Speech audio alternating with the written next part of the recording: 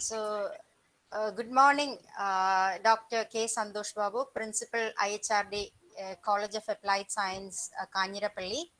My dear colleagues from the Department of English and students from the Department of English, and I think there are students from other departments who are interested in joining this meeting. So, a warm good morning to all of you. And I'm very happy to be here in this platform along with Santhosh Babu sir to attend a class being given by sir. Uh, I don't think there is an air of formality here when Santhosh Babu sir is along with us. അത് എന്താണെന്ന് അറിയില്ല sir ഇന്ന് Malayalam literature English ലിറ്ററേച്ചറിൽ നിന്നും മലയാളം ലിറ്ററേച്ചറും ഒക്കെ cover ചെയ്യുമ്പോൾ അതുകൊണ്ട് തന്നെ ഞാൻ ഇംഗ്ലീഷും മലയാളവും ഉപയോഗിച്ച് തന്നെ ഞാൻ സംസാരിക്കുകയാണ്. എന്താണെന്നറിയില്ല സാർ ഒരു ഞങ്ങളുടെ അടുക്കലുണ്ടെങ്കിൽ ഞങ്ങൾക്ക് ഒരിക്കലും ഒരു ഫോമൽ ഫീൽ ഇല്ല. അത് ഞാനിനി എത്ര ശ്രമിച്ചാലും എനിക്കത് വരുമെന്നും തോന്നുന്നില്ല. എനിക്ക് എപ്പോഴും ഒരു ബ്രദർ ഫീലിംഗ് ആണ് സാറിൻ്റെ ഒക്കെ ഒരു പ്രിൻസിപ്പൽ എന്ന് ഞാൻ എങ്ങനെയോ ഞാൻ അങ്ങനെ ഒരു ഫീൽ ആയിപ്പോയി എനിക്ക്. So I am very sorry for that. I cannot bring in that element of formality even though I may try it in the hardest possible manner. So it's a very friendly feeling that I have. It's a very informal feeling I have. I remember meeting sir back in 2009 December when we had the first seminar on dressa. I just saw sir as a much younger a man who was presenting making a presentation related to the topic. I just forgot the name of that presentation that he made, but I remember seeing sir for the first time as a friend of then head of the department, Joy sir. അത് കഴിഞ്ഞിട്ട് പിന്നെ ഞാൻ സാറിനെ കാണുന്നത് എൻ്റെ ഒരു ഞാൻ വളരെ ക്ലോസ് ഒരു ഫ്രണ്ടായ ഹരികുമാർ ടി ജി സാറിൻ്റെ കൂടെയാണ്. And somehow they became in my circle of friends, Hari sir and Ranjit sir, and that is where Santhosh Babu sir is also placed. So there is that element of informality there. And just a few words about sir. He is the principal of IHRD Kanyirapalli. Uh, as sir himself said, a man into administration rather than teaching for the past so many years, but a man who should have been a teacher first and foremost. We miss people like sir not being into the teaching field because there is a lot to learn from him. And my acquaintance with Santhosh Babu sir grew when he was in the last stages of doing his PhD and when he frequented the Institute of English, where then I was pursuing my PhD. And sir's PhD was on Salman Rushdie, and it was a wonderful defense that he had there. A brave defense, a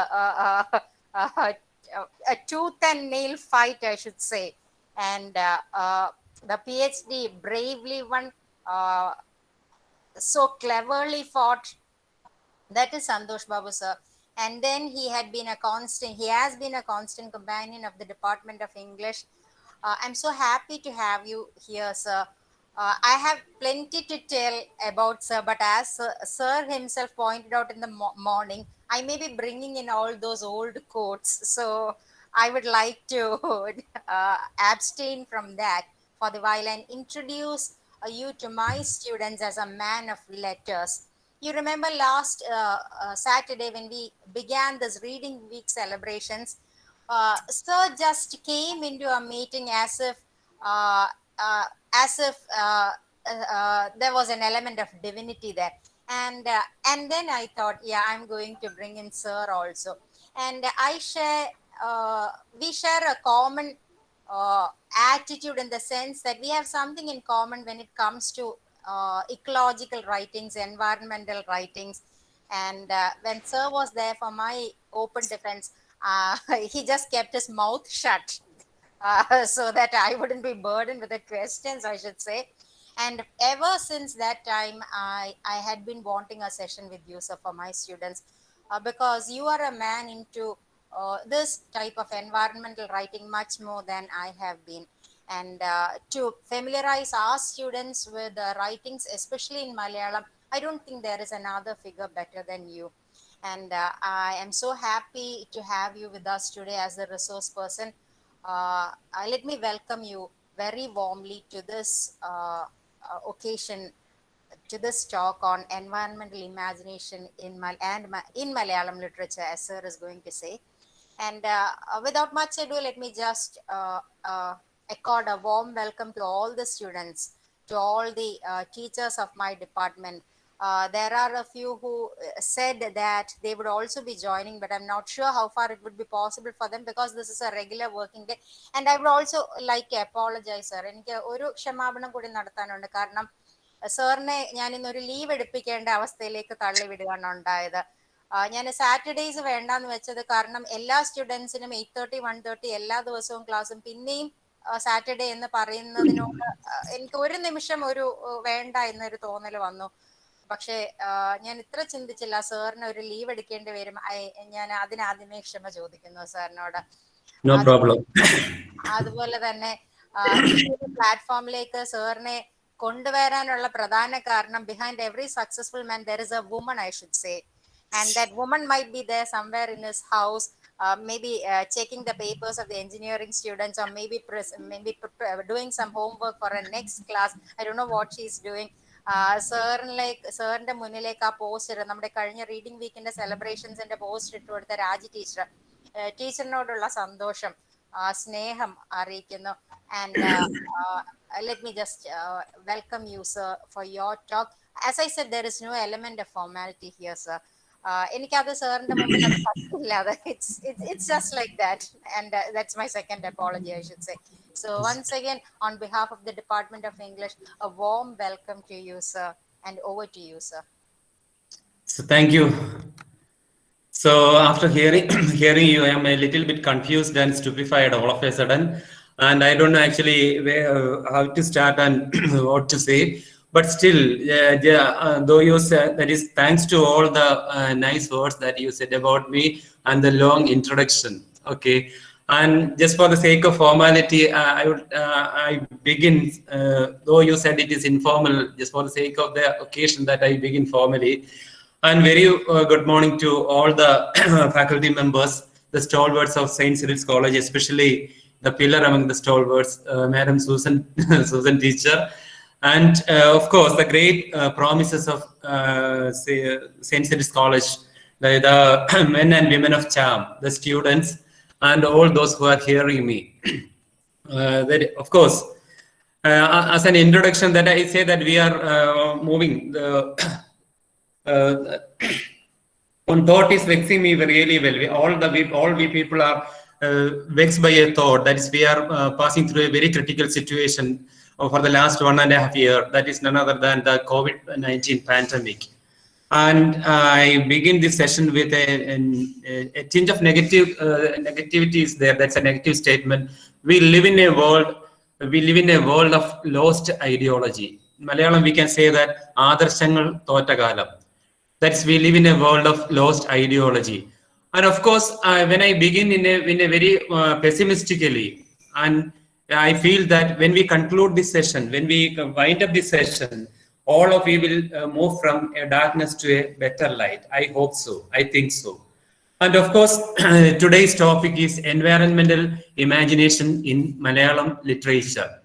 Sometimes the title may sound strange. What's the role of Malayalam literature when we are pursuing English literature? And of course, when we go along this way, we will gradually come to the light. Why? What is the relevance of regional literature? Or when I conduct this session, of course, I refer from some other regional languages also: Tamil, Bengali, Malayalam, and our royal language Sanskrit also. That is the traditional language Sanskrit also. And so since it is relevant also, no doubt at all.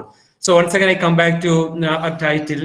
That is, our topic is the ecocriticism. That is, environmental imagination is suddenly taking we people to the terminology ecocriticism. And we know very well that's a relevant area which is getting momentum, getting that much importance nowadays, especially in the modern area or in the postmodern period, modern period, it is getting importance.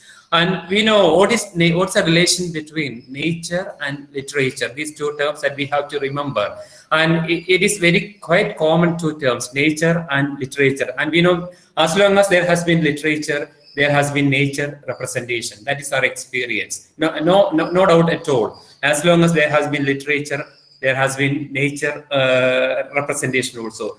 And of course, the two terms, the eco-criticism, of course, it's an American terminology. The Americans call it as eco-criticism, and that is in Britain, it is known as green studies. These two terms are, we repeat these two terms throughout the session. So you keep in mind that is eco-criticism and green studies. And we have to think about the evolution of nature representation in literature as an introduction, and where did we start, and how much it is get strengthened, and where does it reach right now. Of course, we know there was a rhythmic coexistence between nature and man. Undoubtedly, we can say that our journey started. There was a rhythmic coexistence between man and nature. And then what happened after the progression? When we reached a certain point, there happened a kind of re-evaluation of nature. And plainly, we were depicting nature, and every saga we told, every story we told in the background of nature, no doubt at all. But when we reached at some point, we decided to reevaluate the representation of nature. And when we reach the contemporary period, of course, the modern era or the postmodern era, almost all the writers from the different hemisphere or different parts of the world in different language, they begin to respond to the environmental issues or the environmental crisis in different manners. And that is the point that we are coming. That is from different parts of the world, using different languages. Many writers from all over the world respond to the imbalance and there is the crisis or the environmental issues in multiple way, and that point that we are reaching. And so I need 1 minute's time that I take to share the PPT with you. Okay.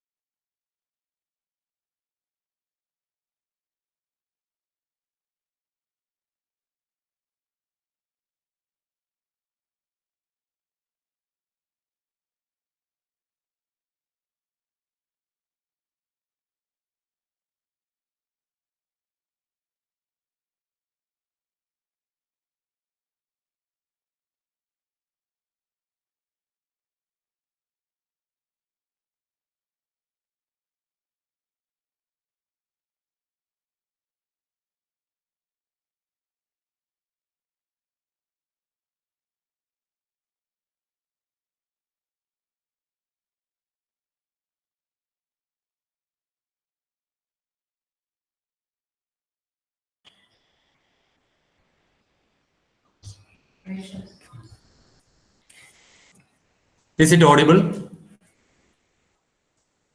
Hello? Yes, sir. Yes, sir. Is it audible? And can you see it? Yes, sir. Okay, so that is we introduced the terminology eco-criticism. That is the term eco-criticism was first coined by William Roque, the American writer and professor, and it's a critical code that looks at the representation of nature and landscape in cultural text.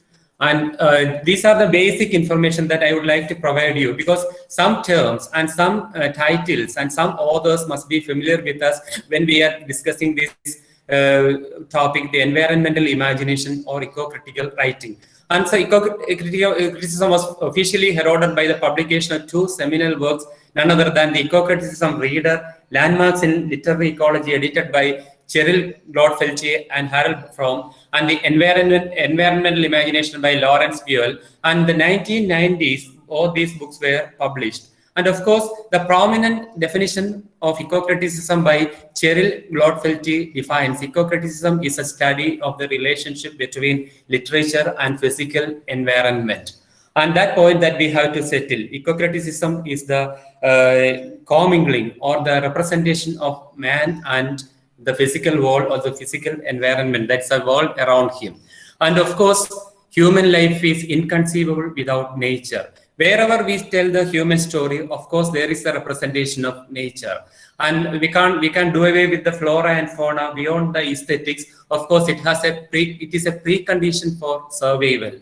And more than any other literary movement, ecocriticism is getting momentum. As I already said in the beginning, ecocriticism is getting a vibrancy right now, an importance right now. And there, the Norwegian writer who introduced the term deep ecology, the Arne Ney's prophetic comment is important. That is, humans are neither the rulers nor the center of the universe. And of course, when the Norwegian philosopher, Norwegian writer, when he says that humans are neither the rulers nor the center of the universe, we have the idea, the very idea is taking us back to the prophetic comment made by the romantic poet Lord Byron, that he says that man is a vain insect.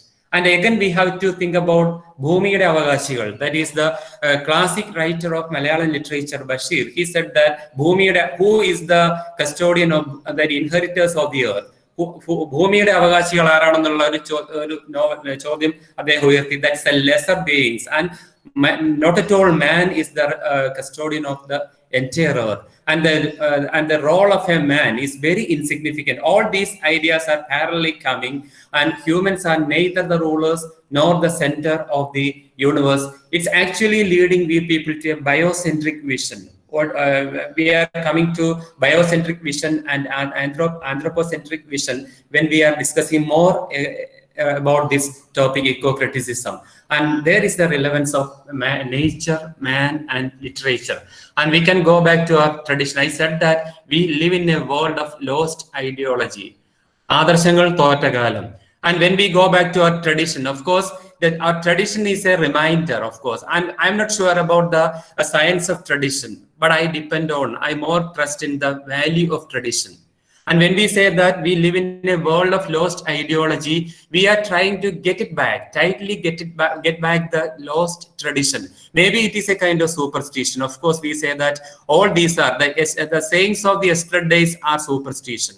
And we are that much a developed personalities. We are that much a progress community. And then there is no role. Superstition is having no role in a developed community. But still, our attempt is always to get back the superstition. And all our great literature, our mythology, our epics, and responded to nature. And all these writings were in the background of nature. When we trace the literary evolution from the mythical period, the great epics, the Ramayana and Mahabharata, of course we can see that there are so many chapters dedicated to forest, Vanaparva, so many chapters dedicated to. And of course, Mahabharata and Ramayana, all these great epics were what we call, we adopted many stories from adaptations and re-narrated many elements, many stories from this Mahabharata and Ramayana. And even before that, when we just go back to the Vedic period, and there is a prominent comment from the Vedic period that will open definitely our eyes, and that is nothing more than that this, Hey Bhumi, നിന്നിൽ നിന്ന് എടുക്കുന്നത് എന്തോ അത് വീണ്ടും മുളച്ചു വരട്ടെ, ഞാൻ ഒരിക്കലും നിന്റെ മർമ്മരങ്ങളെ നിന്റെ ഹൃദയത്തെ പിളർക്കാതിരിക്കട്ടെ. And this single statement, this lyrics, these lines are showing us the importance of nature. How much there was a harmony between man and nature. How the people coexisted. How much the ecosystem was very intact. How much it promoted human life. ഹേ ഭൂമി, നിന്നിൽ നിന്ന് എടുക്കുന്നതെന്തോ അത് വീണ്ടും മുളച്ചു വരട്ടെ, ഞാൻ ഒരിക്കലും നിന്റെ മർമ്മരങ്ങളെ നിന്റെ ഹൃദയത്തെ പിളർക്കാതിരിക്കട്ടെ. We know very well, we can laugh at all these ideas, or we can just conclude it as something related to the very past. But these lines from Atharva Veda and the period, very 5,000 years back, the period is between 500 to 1750. The people of that period, the rishis, or the people who were that much committed, having social commitment, that we have to understand one thing. That is, all the people like that are people having social commitment. That's their social responsibility. They were the watchguards of society. All the time when there happens some type of derailing, there they stood as the reminders. And this from Atharva Veda is just, we can take it as an opening or just a reminder. And even now it is so close to all our problems and all our, it's a solution for all our problems. And of course, the sloga shows us the importance of the harmony between man and nature. And of course, we can come to the stalwart writer, that's the mighty figure Kalidasa. And he is compared to the great Himalaya, of course. And his Abhijnana Shakuntalam, Mehadut, Kumarasambhavam, Rihuvamsham. All the long stories and all the plays were written in the background of nature. And when we come to Abhijnana Shakuntalam, of course, it's an adaptation from the Adi Parva of Mahabharata, and nature is a strong character there. And throughout the play, throughout the seven chapters are there. Throughout the 7 chapters, we can see the harmony. The better word is harmony, the commingling of man and the character, man and the nature. And of course, the central character, all we know that Shakuntala, nurtured by Kanwa in Kanwashrama. And the character, just like Anasuya and Priyambada, the maids of Shakuntala, we meet a deer there, Dirkhabangan, and the everlasting presence of river Malini there, and the jasmine creeper Vanajyosna there, and of course the atmosphere of an ashrama there. And all these are just as in a painting that we get, that Kalidasa shows before us. And we can't find any dark patch there, because there's no, the animals and the human beings are mingling together, and life is flowing just like the river Malini. And it is that much melodious and that much beautiful a depiction. So we sometimes using words that we can paint something, paint a situation, paint a life, human life. So Kalidasa is painting, including the live presence of nature. And the best example is this Abhijnana Shakuntalam. And there, the departing scene of Shakuntala to the palace of Dushyanta, you remember, or we can remember, that is Shakuntala is saying goodbye to, farewell to all the animals there, to the Dirkhabangan and to the trees, that is the creepers, Vanajyosna, and of course her maids and her father, equivalent Kanwa. And that departing scene is also showing how much nature is important. We narrated all our stories in the background of the vibrant nature, and there the harmony was there, and we are moving along with nature. And the beautiful lines are appearing in the play Abhijnana Shakuntalam. And one important everything is important, and one prominent thing that we can read here to understand the beauty of narration. Chare Maliniyum Marala Mithunam Vadum Manal Tittayum ചോലയ്ക്കപ്പുറമായി മൃഗങ്ങൾ നിറയും ശൈലേന്ദ്രപാദങ്ങളും ചീരൻ ചാർത്തിന വൃക്ഷമൊന്നതിനടിക്കായിട്ട് കാന്തന്റെ മേചാരി കൊമ്പിൽ ഇടത്ത് കണ്ണുരസുമാ മാൻപേടയും. How beautiful is the imagery, how beautiful is the scenery, how beautiful is the involvement of the animals and other things, and the nature and animals, and how tender the feelings that he shares, how beautiful the depiction. So Chare Maliniyum Marala Mithunam Vadum Manal Tittayum ചോലയ്ക്കപ്പുറമായി മൃഗങ്ങൾ നിറയും ശൈലേന്ദ്രപാദങ്ങളും ചീരം ചാർത്തിന വൃക്ഷമൊന്നതിനടിക്കായിട്ട് കാന്തന്റെ മേചാരി കൊമ്പിൽ ഇടത്ത് കണ്ണുരസുമാ മാൻപേടയും. This is one of the examples. And of course, you have to, those who are not aware of Shakuntalam, being the literature students, English literature students, you have to refer all these titles that we mentioned. And of course, Indian culture is deeply related to nature. And that is through literature and through the proverbs and through the ordinary layman statements, we can understand that our life is so closely related to nature. It's a social part of social commitment. And again, I come to the point that is our tradition. That is, we are just underestimating our tradition. Sometimes we need our tradition. For example, so many proverbs, and I remember a custom that we followed. I remember in the 60s or 70s, there was a custom to cut a tree where the person seek the permission of the tree to cut the tree, and in the past observing some ritual, some puja or something like that, he's seeking the permission of the tree before cutting the tree. That much our thoughts were very noble, because we are upsetting an ecosystem when we cut a tree. That is, it is the abode of hundreds of birds and animals and other things. So we are having a refined nature, we are having an elite thought there, and seeking the permission, we are taking the life of a tree. And that is sometimes it sounds very strange to we people right now. And we remember in Kerala background, we say that we are having 44 rivers, and that much, I mean, thousands of ponds. And remember, our ancestral homes were perfectly blending an ecosystem, a home, acres of lands, it is bushy lands and pond and serpent shrine. All the things are intact, keeping an ecosystem. There is no need of taking a rain pit or nothing like that. Everything was in harmony there, and that is no more right now. And can we call it as superstition? Can we call it as the traditions outdated? I maybe, and when there is an interactive session, and we can come to these type of points. And there, of course, when I say the tree cutting, there is another pertinent statement, and our ancestors say that 10 wells equal to one pond, 10 ponds equal to one lake, 10 lakes equal to a sun, and 10 suns equal to a tree. And how much pithy the statement is, how much important the statement is. You remember 10 sons, 10 പുത്രന്മാർ ഒരു മരത്തിന് തുല്യം. And we can understand how much a tree is valuable.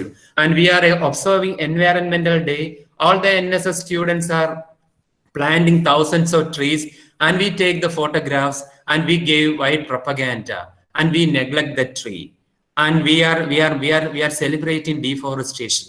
In such a background, we have to go back to the Vedic period comments. That is, when we take the life of a tree, and our involvement won't disturb the existence of a tree, something like that. And we are coming to this pithy statement: 10 wells is equal to one pond, 10 ponds is equal to one lake, 10 lakes is equal to a sun, and 10 suns, one tree. And keeping all these ideas in your mind, we can re-evaluate our literature. Either it is English literature, or Malayalam literature, or Tamil literature, or what are the other regional language literature. And of course, we can come to the concept that everything is connected to everything else. It's an ecological statement. It's a statement of science also. There is a strong bond among the whole. So everything is connected to everything else. And we come to another, again, the same word become harmony, coexist, cooperate, and flourish in biosphere.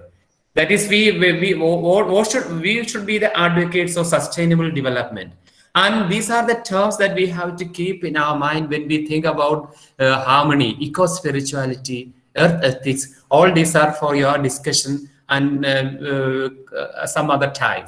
And this is our biosphere. Just for your information, these also I include. Our biosphere is the commingling of the hydrosphere, lithosphere, ecosphere, and atmosphere. So we need for the continuity of life on universe, that is soil, water, and air. And of course, we talk about that. Recently, we talk about pollution. That is air pollution, water pollution, soil pollution. And I feel that the greatest pollution that we have to address is mental pollution. If our mind is serene, if we are having a positive attitude, and we can do away with all other pollution, because all other pollutions are only secondary or tertiary if we attend our mental pollution, our attitude. Our positive thinking is the most important thing that we have to cherish, that we have to celebrate, and we have to change our attitude. And we confront the world as as in the desert level and desert manner. And after the introduction of this sort, after introducing this biosphere, after introducing the nature and the relation between nature and man, we come to literature. What is literature? Oh, why literature is getting importance? Why today we opted a topic like the environmental imagination in literature, or just I made it as environmental imagination in Malayalam literature, because literature is prophetic. Our men of letters are prophets. They are visionaries. They are running ahead time. So we have to admit it. Than any science, our literature is great. Than any scientific invention, our findings are great. So all we literature students must be proud of all the written things, because they are our men of letters mouth ultimate truth that we can never cut. Just an example, I will say you 1 plus 1 is equal to 2 as per mathematics. And our Bashir said that 1 plus 1 is equal to a bigger one. That is literature. Nobody can beat that. Nobody can counter that argument. Even we spend that much years after the prophetic comment, even now it's a valid point. And we logically we can accept it very logically with all our sense and sensibility. We can admit that 1 plus 1 is equal to a bigger one. That is the vision of the writer. That is literature. That is creative writing. So that point we have to keep in our mind when we talk about literature and the visionary power of the writers. And the writers are for what we call running ahead time. And so we have to attend their prophetic comments through their writings, whether it is a poem, or it's a drama, or it is a novel. We have to give importance to it. And so what happened to our literature? That is, we said, when I presented some portion from Abhijnana Shakuntalam, when I quoted the examples from our tradition, and when I quoted the examples from our superstitious statements or something like that, I was thinking, I was just trying to put forward an idea of harmony. And after that, what happened to we people? That is, when we trace the literary history of English, when we reach the period of 19th century, of course, Romantic revival. And we come to the Romantic writers, starting from William Wordsworth, Coleridge, etc., etc. That are all these people are so familiar to you people. Of course, though we say that the lake poets you remember, that is, parallelly we have to remember what American writer Henry David Thoreau and his Walden Pond, which inspired Lawrence Buell to write voluminously about the ecocriticism, something like that, Walden Pond. And now we are daily discussing that much issues. We are thinking of express highway. We are thinking of filling all the paddy fields and making roads and national highways and fast track train. And we are thinking of just making concrete mansions on Western Ghats. And that is all the vulnerable, fragile area that we encroach. And of course, we can see elements of dark patches when we reach the 19th century literature. Especially when we take it as the background, English literature, we can see dark patches and parallel reflections. Of course, we can see in Malayalam also after 30 or 50 years later. It comes where in English literature. So we can say that ecocriticism examine human perception of wilderness and how it has changed throughout history, and whether or not current environmental issues are actually mentioned in modern or postmodern literature. Our answer will be yes. Of course, our modern and postmodern literature vibrantly exhibit, show the dark patches appeared, or where that is the just opposite poles moving, nature on one side and man on another side. And we can conclude that no more celebration. That is, we heard that lake poets, the scenic beauty of nature, no more. And no more the beauty, no more the celebration. And our present situation, just like these two pictures show the difference, and then and now, and how much how we careful about our nature. We were just keeping it as so precious. right now, what's happening right now. And nature can't escape from the stronghold of human beings because high exploitation is theft. Understand? Exploitation is theft, no doubt at all. And we are not supposed to exploit our nature. The nature is not a gift from our ancestors. We are keeping the nature for the coming generation. It is our commitment to hand over the precious nature without any problem. How did we get it? We have to transfer to the next generation. We took it as a loan from not our ancestors. We took it as a loan from the next generation. So it is our responsibility. It's a high commitment to transfer the nature to the coming generation without disturbing it, without upsetting it. So that is once we cherish the beauty of nature. Robert Frost, woods are lovely, dark and deep, promises to keep, and miles to go before I sleep, and miles to go before I sleep. And then 19th century, another poem appeared. I had a dream, which was not at all a dream. The bright sun was extinguished, and the stars did wander darkling in the eternal space. Rayless and pathless, and the icy earth swung blind and blackening in the moonless air. It's a poem by Lord Byron. Of course, these two poems show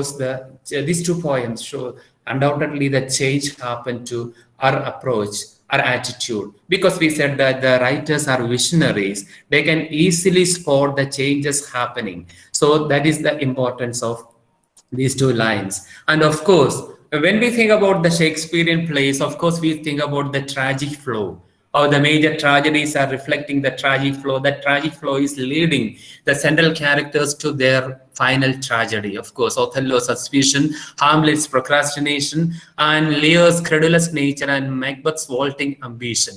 And what is a tragic flow of human beings? None, because his anthropocentric attitude and his attitude that I'm the roof and crown of the creation. Susan, teacher, is it audible, teacher? I'm continuing. That's why I'm asking you. Yes, sir. Yes, sir. We can hear.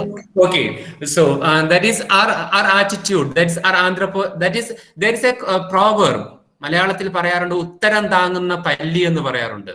I am the roof and crown of the creation. That attitude is anthropocentric attitude, and the greedy nature of man. And we are not at all biocentric. For the existence and continuity, and for a better life in future, our attitude, we have to change our attitude. We must be biocentric, and there we have to do away with man's urge, the attitude to conquer, to violate, and to exploit nature, that we have to do away. And of course, in this context, we have to remember so many names are there. All are familiar to you people, just like Rachel Carson, Jonathan Bate, Steve Seattle, Vandana Shiva, and all these names are very common to you people. Why I select all these people? Apparently, when the men of letters are through their poems and their novels, they are trying to advocate the importance of continuing nature or the existence of nature. Are activists. So people having social commitment are also there, just like reminding we people about the importance of preserving our gentle earth. So that's why I mentioned the names of this Lawrence Buell or Jonathan Bate or this Rachel Carson, Vandana Shiva, Chief Seattle. And of course, we have to remember on this context, another person, she is leading a one-man, what we call propaganda, Dayabai. And of course, you heard that she is working among the endosulfan affected people. I'll come to that endosulfan issue when I discuss Ambika Sudan Mangad, one of the prolific writer, one of the important writer in Malayalam literature, who wrote Enmagaje. So contextually, I mentioned the name Dayabai because she, of course, Dayabai is familiar to you people. She undertook a long journey and long, what we call, resistance to keep to bring to the mainstream the people, endosulfan affected people. They are leading, just we can't imagine the life that they lead there in Kasaragod district, that endosulfan, that village, remote village. They are actually the victims of the greed of modern man. And so when we come to Indian writers in English, just I make a running commentary. I pass from Raja Rao Kantapura, of course, depicting the South Indian villages. Of course, the villages in the rustic pastoral village appear in Kantapura, and the Malgudi Days and the Guide by R.K. Narayan, and of course, Kamala Markandeya's Nectar in the Sea. Of course, there is nature is presented as a preserver. Nature is again in harmony. But when we reach the writings of Arundhati Roy, that is the god of small things. She is basically a novelist and also an activist, and you know the issues connected to Arundhati Roy very well. So I'm not mentioning. And that is when you read the god of small things, hundreds of themes are there, but strongly she is evoking what happened to river Meenachil, how much it is polluted, how much man destroyed that river, and we have 44 rivers, but we have to say that we had 44 rivers, and we can't see a very vibrant river right now. Especially the best example is the death of Nila Bharatapuzha. It evoked the romantic sensibility of the Malayalam writers. On the bank of the river Nila, Bharatapuzha lived and dead many writers, and even now living many writers, starting from Tunja Tezhutachan, Pondanam, C. Radhakrishnan, P.P. Ramachandran, P. Raman, Urup, M.T. Vasudevan Nair, even Kamala Das, and Akitham Achyutan Nambudiri, all the writers born and dead on the bank, some of them dead on the bank of Bharatapuzha. And we can understand how much a river promote writing, how much a river promote the creative spirit of human beings, because we can't live without these nature, this type of nature. So when we come to Arundhati Roy, of course we can see what happened to modern postmodern man, the exploitation of nature. And again in Kiran Desai, when we read the inheritance of laws, high exploitation of nature, we can again see, and they are not cherishing the beauty or the calm nature of nature. And when we reach further, Amita Ghosh, the Hungry Tide, because the Sundarbans, the mangrove delta, and all the things like that, and we say that that is our paddy field or our agricultural land is rummaged by the animals, and animals are not responsible. We are encroaching their property, and we are the intruders there. But we said that we are the roof and crown of creation, and we are having the right to step into any place that we like, and we are encroaching the forest land, and we are blaming animals there. That is, they are not coming to the human habitation. We are reaching to we are going to their habitation, and we are finding fault with them. And Amita Ghosh, the Hungry Tide, you just read and you can understand what's happening around we people, and how much it is we have to keep the notion of eco spirituality, the ethics related to earth. Okay. And then when we come to the Bengali literature, of course, you have to remember three writers, stalwart, three pillars in Bengali literature. First one is Vibhuti Bhushan Bandyopadhyaya, second one is Ashapurna Devi, and third one is Mahashweta Devi. All of them are depicting their literature or carving their literature in the presence of nature, or nature is in their background or in every thought of their characters. And you just read Abu trilogy, that is Pader Panchali, Parajito, and Abu Sansar. You can see that again the luxury of nature in the novels of Vibhuti. And the best example is Aranyak. Of course, you have to go through that book, Aranyak. It shows us the transformation of the hero Satyacharan. Satyacharan is a city dweller, and he's living in Calcutta pubs, Calcutta cinema hall, and Calcutta street. He's in the midst of crowd all the time, and hundreds of friends he has all the time. And all his evenings were very vibrant, ghazal, music, and everything. That is, he was celebrating his life. And all of a sudden he got a mission and he got the post of a manager in an estate, Purnia, the district Purnia, a remote district in Bengal. And he became the manager of a 30,000 bika. It is something equal to 30,000 acres of forest land came to his hand. And he became a manager in an estate. And all of a sudden he is just like a kind of uprooting happens to him. From the city of Calcutta, he reaches this estate. And all of the immediate impact of the immediate thought of Satyajaran was to get back to return to Calcutta, because the wilderness of the nature, the forest, shocked him. He couldn't survive there. But what happened to Satyajaran after a month, after an year, after 15 years? He became a forest dweller, because it shows our instinct. We came from forest. At that point, I will come later, because the transformation of Satyacharan is beautifully depicted in the novel Aranyak by Vibhuti Bhushan Bandyopadhyaya. So the title is just eye-opening, Aranyak. That is, you can see, that is the minute details of a forest, the minute details of the animals there, the minute details of the lesser insects there. That much it is picturesque. Just like a painting that Vibhuti Bhushan shows us what is a forest. That shows the eco-friendly life that Satyacharan adopted after a period. That is the importance of Aranya. And of course, we can come to our topic, that is Malayalam literature.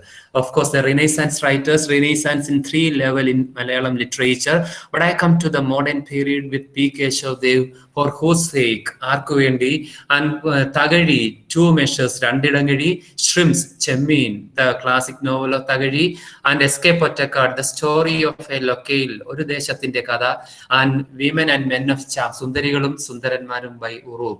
Why I mention all these novels? Again, we can see a harmony here.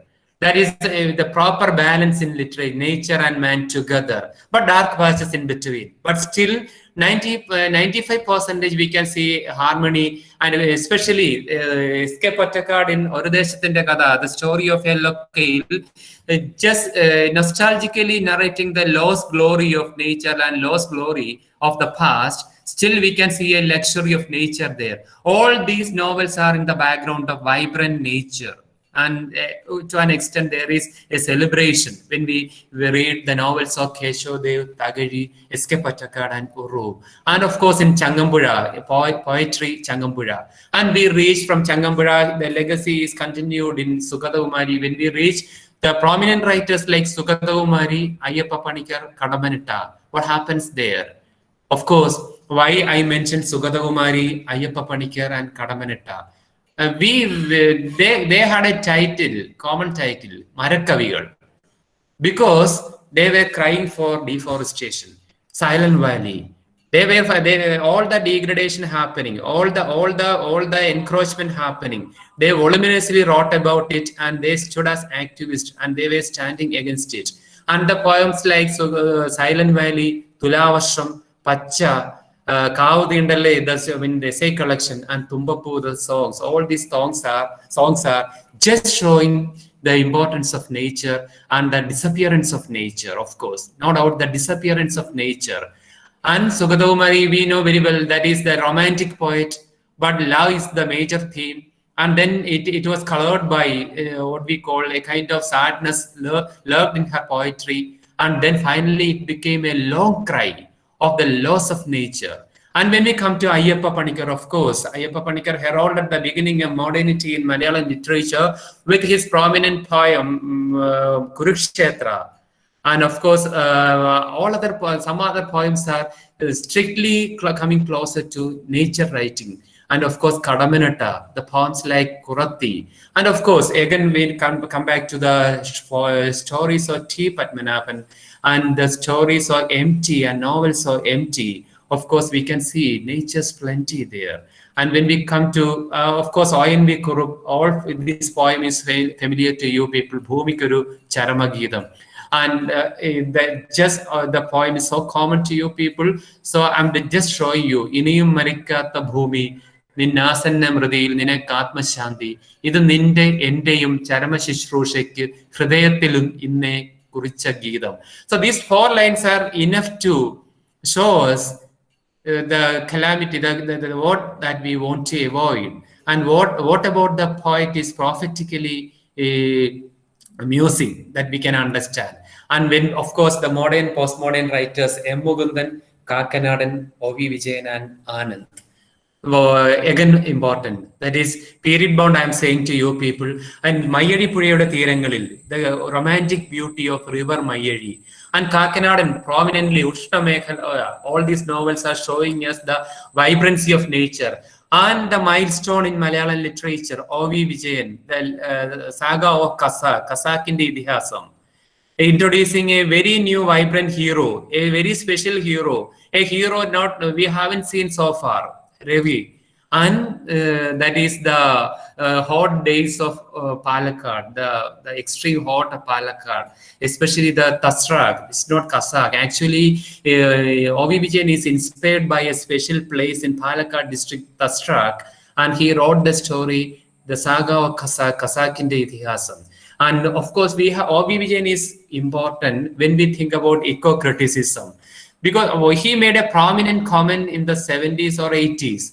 Just like he said that if our progress is leading to total calamity, we can reduce the speed of our walk.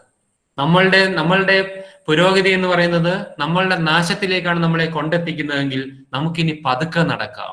That was the prophetic vision of O.V. Vijayan, but we didn't obey. We didn't give importance to that. If our walk is leading us to total calamity, Holocaust, total loss, evacuation, we can walk slowly. That was a prophetic comment made by O.V. Vijayan.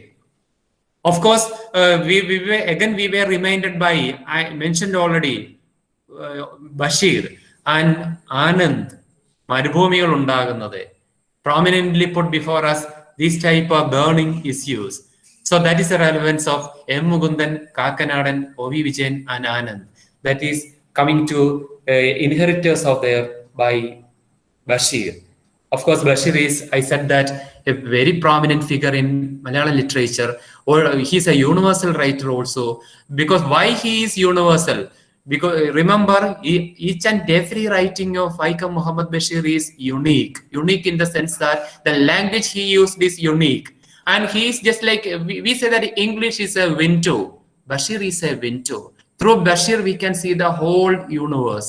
Because each and every palpitation of the universe, each and every what we call the disturbance in the universe, and he showed us. And the inheritors of the earth answered, or he put forward a pertinent question: who is the custodian of earth? Who are the inheritors of the earth? Never man. Never man. That idea is taken by many writers, followed by Muhammad Bashir. So that's a speciality. That is because his language is very special. His approach is very special. His black humor is very special. His irony is very special. That made Vaikam Muhammad Bashir a very special figure in Malayalam literature. And of course, now we are thinking of Holocaust, global warming, pandemic, biowar, natural calamities, genetic mutation. All these are the terms. All these are the problems that we face right now. And here is the importance of literature again. And all these are the target of our men of letters also. That is, their writings are always around, especially science fiction in English, are always around global warming, pandemic, biowar, natural calamities, genetic mutation, and of the umbrella term Holocaust and evacuation. And I would like to introduce you two, three prominent writers in Malayalam literature before concluding this talk. None other than P.P. Ramachandran, because he is a contemporary writer, is living right now, and his poems like Lilitham, Patambipura, Kache Kadale, Mambadakala, all these poems are eco-writings, eco-critical writings. So not eco-critical, eco-writings, beautifully depicting the laws that we are experiencing.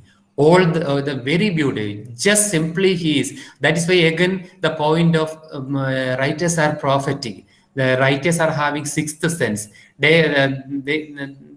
They keep that vibrancy throughout. And of course, what makes the writers different from we people, the common people, are, of course, they can see what we can't see. Of course, for example, when they are rearranging some words in a way, we can synchronize with that idea, and we feel that we know this idea, but we couldn't say like this. Only a poet can say like this. All the words are familiar to we people. The idea communicated is familiar to we people. But up to that point, we couldn't present it in that way. Only a creative writer can do that. That is creativity. And it is spontaneous also, as Wordsworth said. It is spontaneous also. And that is the importance of P.P. Ramachandran. He is a poet activist also. He is an activist and he is a poet. Through his poems, he is just showing his what we call raising his voice, and he is showing his stand. That's the importance of P.P. Ramachandran and of course P. Surendran. That is very vibrant books that he wrote: Maya Puranam, Kaveriyude Purushan, Jaivam, Jinachalaphangalude Veedu, Bhumiyude Nilavili. All these writings are eye-opening, because when I read, I would like to read some portions from these novels, some of these novels. It shows how vibrantly they are meddling with the environmental issues, environmental problems. And of course, as I said in advance, Ambika Sudan Mangad, he is a professor, Nehru College, Kanyangar, retired professor, right now retired, and he wrote Enmagache. Of course, Rachel Carson told us the dangers of applying pesticides. That pesticides are toxic, and it is at the risk of the earth that we are applying. It is penetrating to the core of the earth and just killing the useful bugs and insects and everything off from the ground. And of course, I feel that the man of my age can understand that thousands of species, plant varieties disappeared from Kerala. 25 years back, we could see some plant varieties, and I think that Susan teacher is hearing me. She can share these type of experiences. In our home yards, we could see thousands of plant varieties and thousands of lesser beings, lesser insects. They were keeping the proper balance of nature. And applying pesticides, we took the last breath from them, and no more they are existing. The useful bugs and insects are no more. So, you know, the Enmagaje is a village in Kasaragod district, and we know the endosulfan issue, and Ambika Sudan Mangad is detailing what happened to a generation and the coming generation of people in Enmagaje. Enmagaje is the name of a village there. And that is also important. So here, and I come to another writer, a Tamil writer, J. Mohan. He knows Malayalam also. His three prominent books, that is Ana Doctor, Nooru Simhasanangal, Venmurashu. He's a Tamil writer, but we will get the Malayalam translation also. And Ana Doctor is our discussion point here. Ana Doctor is, we are taking Ana Doctor right now. And Nooru Simhasanangal is also very important, a small novel, around 70 or 80 pages it has, but it is showing us a very wide, that is, he puts before us a very wide issue before us. We can read that novel in multiple level. It shows us the insignificance of a man who born in a lower caste, Nooru Simhasanangal. That is, Kapan is the name given to him by his mother. And when he reached in an ashrama, he got a name Dharmavalan, and he became an IAS officer. And we can imagine the condition of a person from the lower breath. That is, he is a Nayadi caste-wise. He is a Nayadi. He became a IAS officer. And what are the calamities that calamity waiting for him? And that is not our discussion point. Just I am mentioning about Nooru Simhasanangal. Our target is Ana Doctor. And just for your sake, I introduce P.P. Ramachandran, and I would like to say to you about the social commitment of P.P. Ramachandran when he wrote the poem Lalitam. That is, the title of the poem is Lalitam, and I can't recite a poem beautifully well, but I just read some of the lines of that Lalitam. ഇവിടെയുണ്ട് ഞാനെന്നറിയിക്കുവാൻ മധുരമായൊരു കൂവൽ മാത്രം മതി. ഇവിടെ ഉണ്ടായിരുന്നു ഞാൻ എന്നറിയിക്കുവാൻ ഒരു വെറും തൂവൽ താഴെയിട്ടാൽ മതി. ഇനിയും ഉണ്ടാകും എന്നതിന് സാക്ഷ്യമായി അടയിരുന്നതിന് ചൂട് മാത്രം മതി. ഇതിലും എത്ര ലളിതമായി എങ്ങനെ കിളികൾ ആവിഷ്കരിക്കുന്നു ജീവനെ. A beautiful lines. No word is unfamiliar to we people. No idea is unfamiliar to we people. But we need a P.P. Ramachandran to give this idea to our soul. ഇവിടെയുണ്ട് ഞാനെന്നറിയിക്കുവാൻ മധുരമായൊരു കൂവൽ മാത്രം മതി. ഇവിടെ ഉണ്ടായിരുന്നു ഞാൻ എന്നറിയിക്കുവാൻ ഒരു വെറും തൂവൽ താഴെയിട്ടാൽ മതി. ഇനിയും ഉണ്ടാകുമെന്നതിന് സാക്ഷ്യമായി അടയിരുന്നതിന് ചൂട് മാത്രം മതി. ഇതിലും എത്ര ലളിതമായി എങ്ങനെ കിളികൾ ആവിഷ്കരിക്കുന്നു ജീവിതം. No more need of explanation. It is self-explanatory. Each and every line is showing us a pertinent issue. What is happening around us? As the title shows, Lalitam, so simply, so beautifully, so powerfully, so poetically, the poet is highlighting an issue. And I welcome all of you to hear another poem of P.P. Ramachandran, Pattambippuzha. പാട്ടും കേട്ടൊരു നാളിൽ വെറുതെ ഇത്തിരി നേരം മണലിൽ ഞാൻ ഇളവേൽക്കേ. വെയിലാറി വരുന്നുണ്ട്, കുളിർകാറ്റിന് കനിവുണ്ട്, ഇരുകരയിൽ തൈത്തെങ്ങുകൾ മുടികോതി നിൽപ്പുണ്ട്, ഇരുകരയിൽ തൈത്തെങ്ങുകൾ മുടികോതി നിൽപ്പുണ്ട്.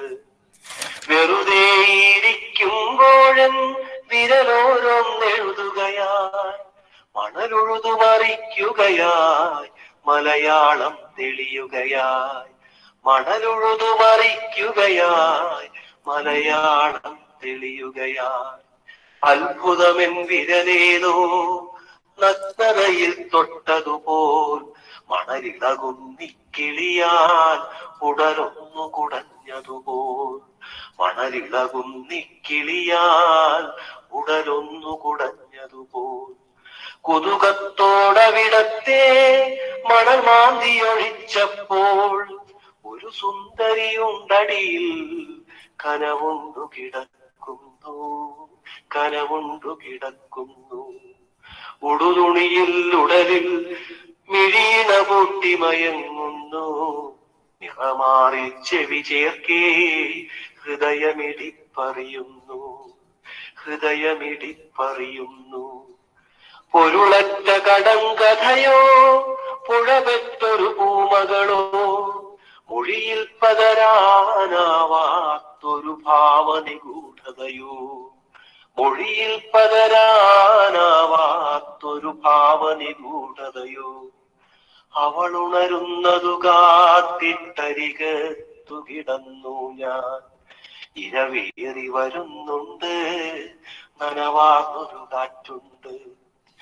അറിയാതെ ഉറങ്ങിപ്പോയി ഞൊടി നേരം ഉണർന്നപ്പോൾ തെളിവാർന്ന നിലാവുണ്ട്, കരയിൽ കരിനിഴലുണ്ട്.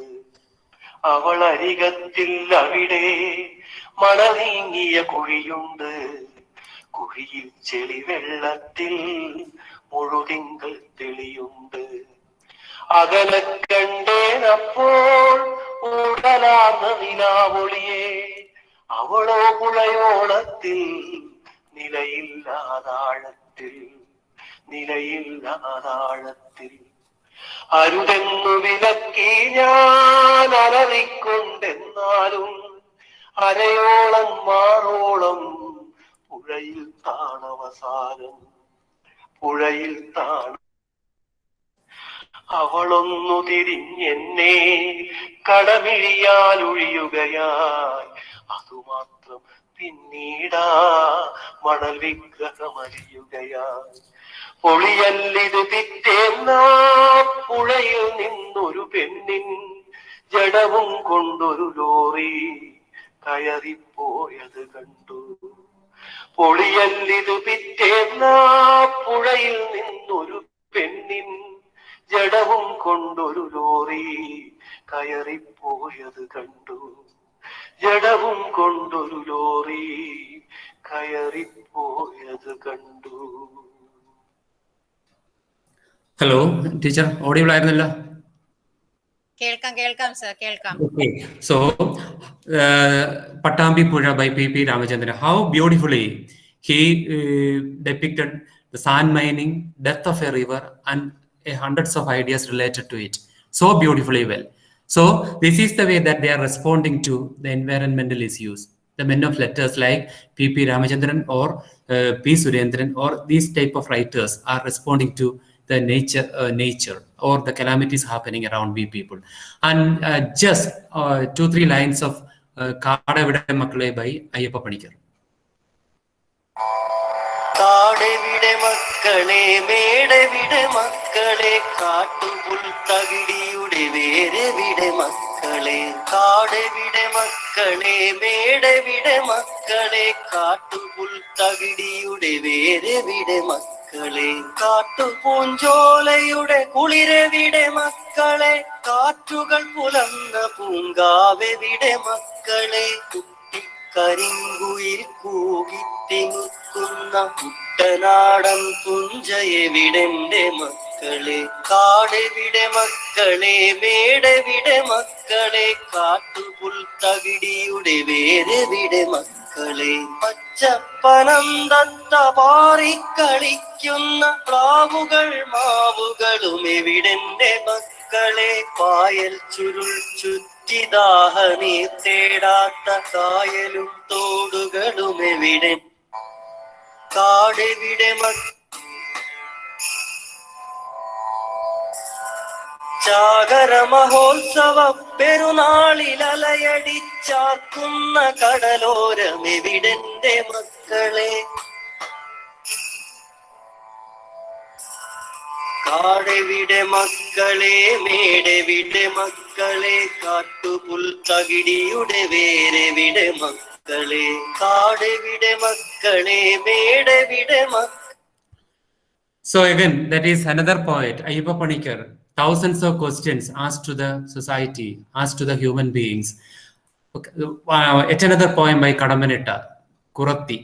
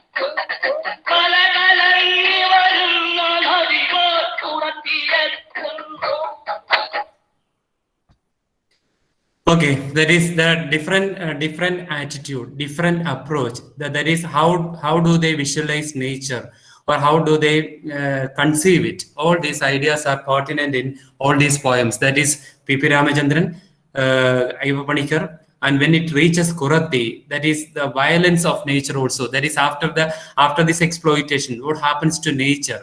What happened to Mother Earth? All these ideas are beautifully conceived in these poems by all these writers. And just I come to another novel. That is finally we reach to 2-3 pertinent novels written by J. Mohan, Anna Doctor, and P. Surendran's Jinashalaphangalude Veedu and Jaivam. All these three novels are finally I'm putting before you just for our discussion. And Anna Doctor is actually a biofiction. It is based on the life of one Mr. Krishnamurthy. He is a veterinary doctor. And he got a chance to spend some years in Kerala as a veterinary doctor, mainly preserving the forest and keeping and preserving the forest animals. And that is why he is called Anna Doctor, especially the elephants that he concentrated. And he shares his experience to we people. And he says that during his time, he conducted 18 post-mortem. That is a special 18 post-mortem of elephants. And he found that among the 18 post-mortem, the 12 elephants were killed by human beings. That is encroachment. That's a shocking news that he spread to the outside world. That up to that moment, it's a continuous saga, continuous story. Animals die in forest, especially elephants die in forest. And it's a natural death, pictured as a natural death. But Krishnamurthy insisted, he requested to the government that he wanted to conduct the post-mortem to know the cause of the death. And he found that many were 12 numbers were killed by human beings. Different that's hunting and something that is something like that. And he writes in that novel one thing that he requests to that novel, only one thing, that is, if human beings never enter the forest, the animals will be safe there. Don't disturb the animals. Don't encroach the forest land, because forest is a separate thing. And our land is entirely different from forest. And don't have a kind of what we call interaction between these two. Don't we enter the forest, because it is so serene, it is so divine. And when we enter there, we are actually polluting the forest. And he writes like this: കാട്ടിലുള്ളത് സന്തുലിതാവസ്ഥയുടെ നിശബ്ദതയാണ്. കാട് ധ്യാനത്തിലിരിക്കുന്നു, നഗരം യുദ്ധത്തിൽ. These lines are enough to show the nature of forest and the nature of our land, city or village. We are having no village right now, fortunately or unfortunately, and no more villages in Kerala right now. And that much we are developed. So he writes, കാട്ടിലുള്ളത് സന്തുലിതാവസ്ഥയുടെ നിശബ്ദതയാണ്, കാട് ധ്യാനത്തിലിരിക്കുന്നു, നഗരം യുദ്ധത്തിൽ. Again he writes കാടിനെ പറ്റി, and the story is told by a narrator, not by Krishnamurthy. A narrator is telling the story, and there is no name for the narrator. And he says that he got a chance to spend some days with the doctor in forest, and he was very hesitant to enter the forest, and he doesn't like animals actually, and he was feared of animals. And but traveling with this Dr. Krishnamurthy, he gradually, as I said in Arannik Satyacharan, that transformation happened to this hero also. He began to like forest, and he began to study animals. And then he came to some revelation, and he was crying actually after knowing the helplessness of animals in forest, because that much problem man create. That is why the man crying, and he said that കാടിനെ പറ്റി, മൃഗങ്ങളെ പറ്റി, പ്രകൃതിയെ പറ്റി എനിക്ക് ഒന്നും അറിയില്ല. മനുഷ്യന് മഴ കിട്ടാൻ വേണ്ടി കാടിനെ സംരക്ഷിക്കണം എന്ന് മാത്രമാണ് ഞാൻ പഠിച്ചിരുന്നത്. And that was the realization. And he says that that hero is asking a pertinent question to the readers, to the whole community. Who is deciding the prosperity, development of a nation, and who is behind this project? And he says that the intelligent ones in the IT field, and they are in the four walls, sitting in the four walls in the comfort, and they are doing the same thing without thinking. They are routine things, just like cliche. They are doing a particular skill-oriented thing, and they are submitting the project for the development of the nation, not knowing forest, not knowing nature, not knowing anything outside happening. And they are in their comfort, in their luxury, in their four walls. They are sitting, and they are making such a study, and then they are submitting a project, and based on that project, it is not a holistic approach. That idea is seeping out of this reading. And then Krishnamurthy says that it is കാട്ടിൽ വെള്ളത്തിൽ മീൻ എന്ന പോൽ നിൽക്കുന്ന ആനകൾ. ഒരു മീൻ എത്രത്തോളം safe ആണ് വെള്ളത്തിൽ, അത്രയും an elephant is safe in forest. That elephants we trap and we bring to the city, and we take it for the festivals, and we will put it under the concrete sheds, and we are torturing.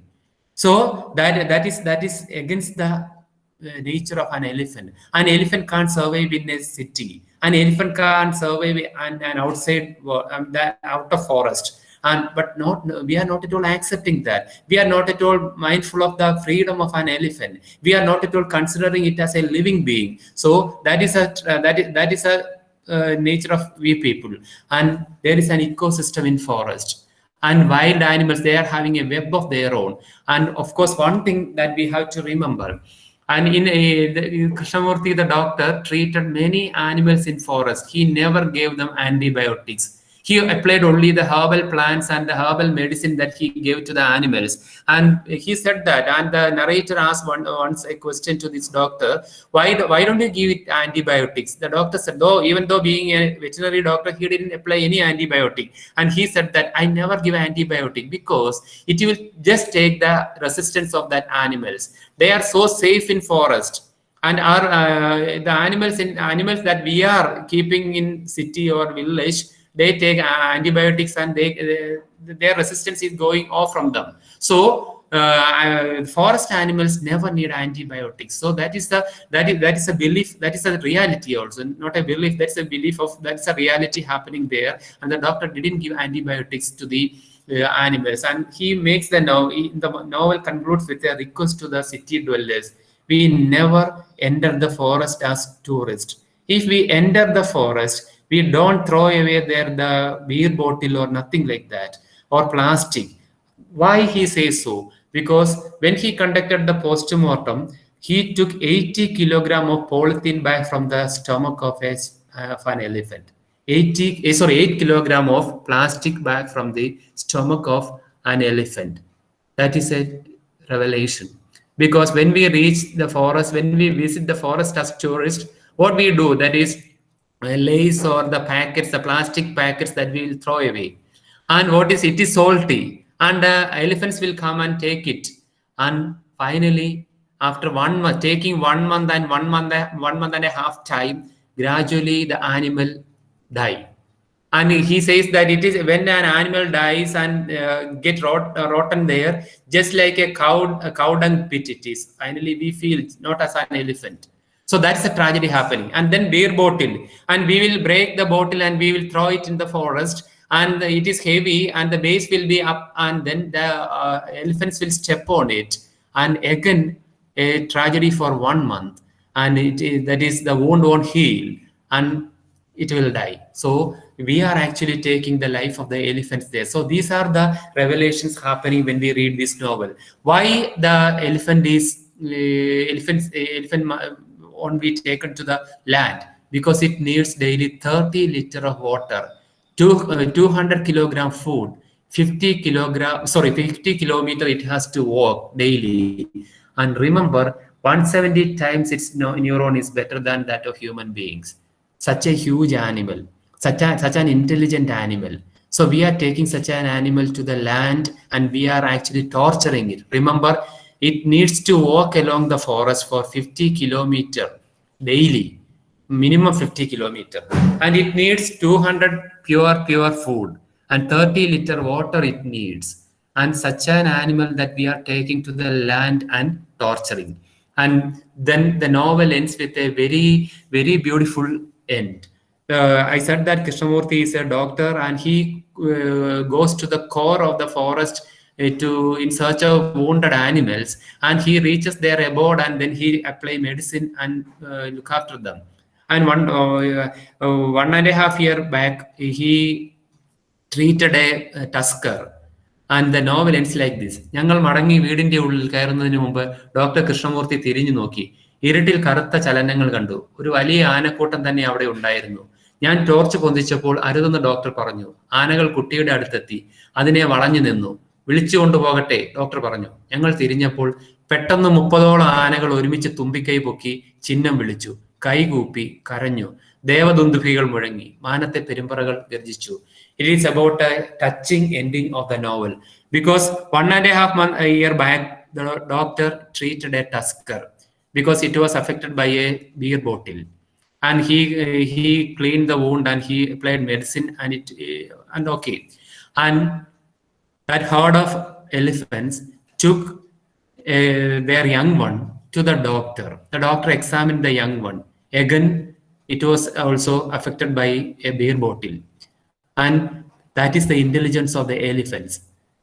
1.5 വർഷം മുമ്പ് ചികിത്സിച്ച ആന, ഒരു doctor എപ്പോഴും ചെയ്യുന്നത് ഓരോ ആനിമലിനെയും treat ചെയ്യുമ്പം അതിന്റെ ചെവിയിൽ ഒരു മാർക്ക് അടയാളപ്പെടുത്തി കാട്ടിലേക്ക് വിടുന്നു, to get it back and to realise it later to know it. And ആനകളെ 30ഓളം ആനകൾ ഈ കുട്ടിയാനെ ഡോക്ടറുടെ വീടിന്റെ മുമ്പിൽ കൊണ്ട് നിർത്തി. പെട്ടെന്ന് നെറേറ്റർ പേടിച്ചു പോയി, ഒരു ആനക്കൂട്ടം വന്ന് നിൽക്കുന്നു. പക്ഷെ കുട്ടിയാനെ മുമ്പിലേക്ക് തള്ളി നിർത്തി. ഡോക്ടർക്ക് കാര്യം മനസ്സിലായി. He examined it, he found a wound.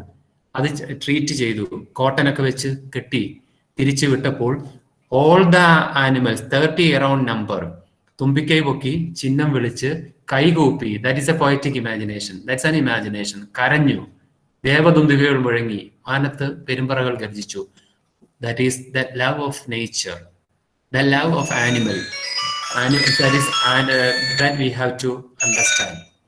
So that is the novel written by biofiction. Actually, it is written by J. Mohan, the author of Noru Simhasanangal. The novel is also very small. Anna Doctor, we're taking 1 hour time. You can read this novel, Anna Doctor, because it is so close to that. It is just like Aranyak by Vibhuti-Bhushan Bandyopadhyaya, telling in detail about forest and about ecosystem in forest and about the lesser beings in forest. And the great realization the hero had in this novel, we also have after reading this novel. And then there is no other message that he propagates: protect wildlife. And I come to another novel, the last but one, 2 novels that I taking the minimum time, 2 novels that I want to introduce before you. One is Jaivam by P. Surendran. As the title suggests, it is green. It is pacha. That is, we feel that feel that we get when we read this novel, because P. Surendran is asking 1,000 questions to the community, 1,000 pertinent questions. 1,000 questions means that will shoot across our brain and mind, actually. So we can say it as a long meditation on green. That is, he introduces a poet just like what we call our wanderer poet was there. Actually, I forget the name right now. I'll tell you. P. Kunjaravan Nair, a poet who followed an never-ending journey, wanderer poet. P. Kunjaravan Nair, Kinavum Kanneerum, he wrote. And just like a poet that we can see in Jaivam, there's no name for that poet. And his girlfriend Margaret, both of them are visiting a neglected land, Vaiga. Neglected in the sense that once Vaiga was just like Kuttanad. Once Vaiga was, as in Ayyappa Panikar Kadavida Makkale, beautifully depicting the transformation happening to the regions that is familiar to him. The same happened in Vaigai. Vaigai is no more a land, is not at all a promising land to continue life there. No more life there. Everything barren, a deserted ground. And a poet is just accompanying Margaret. She is a researcher. She wants to know the reason of why Vaiga is like this. And they reach there, and throughout the journey, they are seeing many scenes. And every time they are reminded of no hope, no life. Nothing remains there. That is, remains of a lost glory in Vaiga. Vaiga is, there is a beautiful title chapter in Vaiga, that is in that novel Jaivam, Vaigayile Ushna Dirangal. That title is നമ്മളെ പൊള്ളിക്കുന്നു, നമുക്കൊരു പൊള്ളലാണ് feel ചെയ്യുന്നത്. When we read that novel, we feel that ചൂട്, ആ ചൂട് എന്നുള്ള word തന്നെ അവിടെ വരണം, പൊള്ളൽ എന്നുള്ള വേർഡ് തന്നെ അവിടെ വരണം. There is no, sometimes we won't get equals in another language, because language is having a flavor of its own. ഓരോ ഭാഷയ്ക്കും ഒരു ഭക്ഷണത്തിന് ഒരു സ്മെൽ ഉള്ളതുപോലെ ഭാഷയ്ക്ക് ഒരു ഫ്ലേവർ ഉണ്ട്. So that is important. So when we feel Vaiga, that Vaigayile Ushna Dirangal, that I will read for you. I'm taking a little more time from you, please. That is വൈകയിലെ കൃഷിയിടങ്ങളൊക്കെ എന്നേ കെട്ടുപോയിരിക്കുന്നു. കല്ലുകൾ മാത്രം വിളയുന്ന ഊഷ്ര ഭൂമികളായി അവ മാറുന്നു. മേഞ്ഞു നടക്കുന്ന കാലികളെ പോലും എങ്ങും ഞങ്ങൾ കണ്ടില്ല. ശൂന്യതയിലേക്ക് നോക്കുമ്പോൾ ഉഷ്ണക്കാറ്റിന്റെ ചൂളം കുത്തൽ കേൾക്കാം. ചെമ്മണ്ണിന്റെ ഗോപുരങ്ങൾ വായുവിൽ ഉയരുന്നത് ദൂരങ്ങളിൽ കാണാം. One part is like this. Then പ്രകൃതിക്ക് അതിൻ്റെതായ നിയമമുണ്ട്. We have to remember this reading. This is an eye opener. This is the culture that we have to keep in our mind. പ്രകൃതിക്ക് അതിൻ്റെതായ നിയമമുണ്ട്. ശാസ്ത്രജ്ഞാനത്തിന്റെയും അഹന്തകൾക്കൊന്നും തന്നെ അളന്നെടുക്കാനാവാത്ത നിയമങ്ങൾ. ഉള്ളവനെയും ഇല്ലാത്തവനെയും ഒരുപോലെ ശിക്ഷിച്ചുകൊണ്ട് എല്ലാ പ്രത്യയശാസ്ത്ര ധാരണകളെയും തെറ്റിച്ചു കളയാൻ പേമാരിയോ പെരുവെയിലോ മതിയാവും. വെയിലുകൊണ്ട് വൈകയിൽ സംഭവിച്ചത് അതാണ്. വെയിലിൽ വൈകയിലെ വർഗവൈജാത്യങ്ങൾ മാഞ്ഞു പോയിരിക്കുന്നു. ജാതീയതയുടെ അതിരുകളും മാഞ്ഞു പോയിരിക്കുന്നു. പിന്നീടുള്ള ദിവസങ്ങളിലെ വൈകയിലെ ചുറ്റിനടത്തം എന്നെ ബോധ്യപ്പെടുത്തിയ വലിയ സത്യമാണിത്. There is no discrimination at all. All are equal when a calamity happens. When COVID-19 happened, nobody is neglected. No, all are affected. The same happened in Vaiga. That is why we say that the writers are visionaries. That is why we say that they are running ahead time. That is why we say that they are prophetic. Because there is no more explanation essential. That is, ശാസ്ത്രജ്ഞാനത്തിന്റെ അഹന്തകൾക്കൊന്നും തന്നെ അളന്നെടുക്കാനാവാത്ത നിയമങ്ങൾ ഉള്ളവനെയും ഇല്ലാത്തവനെയും ഒരുപോലെ ശിക്ഷിക്കുന്നു. That is the divine rule. There is no discrimination at all. That we have to understand. And than anything else, the younger generation should keep this kind of, this is an inspired mind. This is an inspired thought. This is a noble thought. This we have to cherish than celebrating an environmental day. This type of books that we have to read to get we people charged throughout in our life. Otherwise, environmental day will be last for only 24 hours in a day, and we celebrate, observe that day for 1 hour, and easily we forget. But when we are in touch with these type of writings, what happens? We are refined. We are getting a kind of purification, and we studied as literature student cathartic effect that is happening to our souls also. We are having just like a metamorphism happens. We, as Franz Kafkian term that we can adopt here, we will be a different being than the things that we are right now. Entirely different. Just like butterflies, we can evolve after reading these type of books. That much I feel like that. That's why I'm sharing the same to you people, and that is why I'm taking your time to read these chapters for you. വൈകയിൽ ഏറ്റവും വിലപിടിപ്പുള്ളത് വെള്ളമാണ്. കുടിക്കാനും കുളിക്കാനും വേറെ വേറെ വെള്ളം ഇവിടെ എത്തിക്കണം, സൂക്ഷിച്ചുപയോഗിക്കണം. So ജീവന്റെ പൊടിപ്പുകളൊന്നും ആ നദിയിലില്ലായിരുന്നു. പാറയും മണലും മൂടിയ ഒരു ശവശരീരമായിരുന്നു അത്. ആഴമെല്ലാം തോർന്ന് നദി അടയാളമൊക്കെ തീർത്തും മാഞ്ഞു പോയിരിക്കുന്നു. അത് നദിയായിരുന്നു എന്ന് ഇപ്പോൾ പറയാൻ പറ്റുന്നത് പാറകളുടെ ഒരു അതിരുള്ളത് പോലെയാണ്. So I am not reading more, because these readings are enough to show the beauty of narration, the poignancy, the intensity of the idea that P. Surendran showing us. How much the writer is vexed when he writes these, because remember, this is not after a research or nothing like that. This is spontaneous. We have to look around, and we know the creativity is a blessing, and a creative writer is a gifted person, and he is having a reflective mind. That is why he becomes P. Surendran and myself Santhosh Babu. Nothing sprouts in my mind, but many things sprouts in the mind of P. Surendran, because his mind is just like a mirror reflecting. And every action there is an equal and opposite reaction. That is more with the men of letters, creative writers. So I'm just mentioning one other novel of P. Surendran, that is Jinashalaphangalude Veedu. Why? What is Jinashalaphangalude Veedu is important. We are dreaming of better homes, a home of 3,000 square feet or 5,000 square feet, because we remember our ancestors lived in forest. Right now we live in jungle, forest or concrete forest.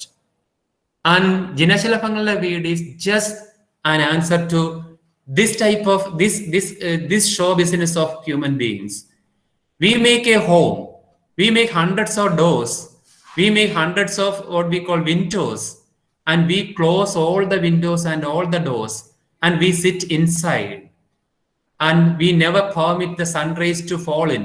We never permit the wind to blow across the rooms because we are keeping wind and sun rays away from our life, and we feel that we are safe in that room.